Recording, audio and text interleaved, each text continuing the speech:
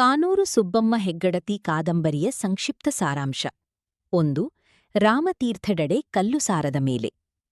ಕಾನೂರು ಸುಬ್ಬಮ್ಮ ಹೆಗ್ಗಡತಿ ಕಾದಂಬರಿಯ ಪ್ರಮುಖ ಪಾತ್ರಧಾರಿಗಳಾದ ಹೂವಯ್ಯ ಮತ್ತು ರಾಮಯ್ಯ ಎಂಬ ತರುಣ ಅಣ್ಣತಮ್ಮಂದಿರು ಮೈಸೂರಿನಲ್ಲಿ ತಮ್ಮ ವಿದ್ಯಾಭ್ಯಾಸ ಮುಗಿಸಿ ತಮ್ಮ ಹುಟ್ಟೂರಾದ ಕಾನೂರಿಗೆ ಹಿಂದಿರುಗುತ್ತಿದ್ದರು.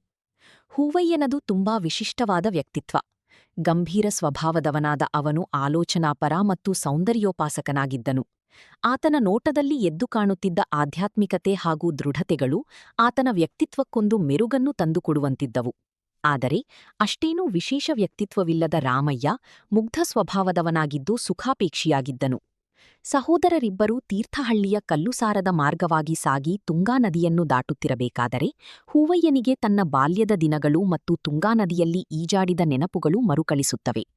ಪ್ರಕೃತಿ ಯಾವ ವ್ಯತ್ಯಾಸವನ್ನೂ ಹೊಂದದೆ ಅಂದಿನಂತೆಯೇ ಇದ್ದುದನ್ನು ಕಂಡ ಹೂವಯ್ಯ ತಾನು ಬೆಳೆದು ಬದಲಾಗಿರುವುದನ್ನು ಗಮನಿಸುತ್ತಾನೆ.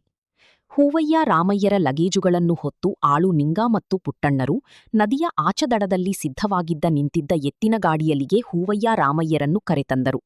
ಎತ್ತಿನ ಗಾಡಿಯಲ್ಲಿ ಹತ್ತಿದ ತಕ್ಷಣ ಹೂವಯ್ಯ ರಾಮಯ್ಯರಿಗೆ ನಗರದ ಬದುಕು ಮರೆತು ಹೋಗಿ ಮಲೆನಾಡಿನ ಕಾಡು, ಮನೆ ಮತ್ತು ಹಸಿರಿನ ನೆನಪುಗಳು ಆವರಿಸುತ್ತವೆ.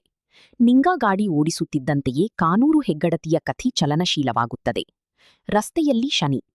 ತೀರ್ಥಹಳ್ಳಿಗೆ ಹೋಗಿದ್ದ ಸಿಂಗಪ್ಪಗೌಡರು ಮರಳಿ ಕಾನೂರಿಗೆ ರಸ್ತೆಯಲ್ಲಿ ನಡೆದು ಹೋಗುತ್ತಿದ್ದರು.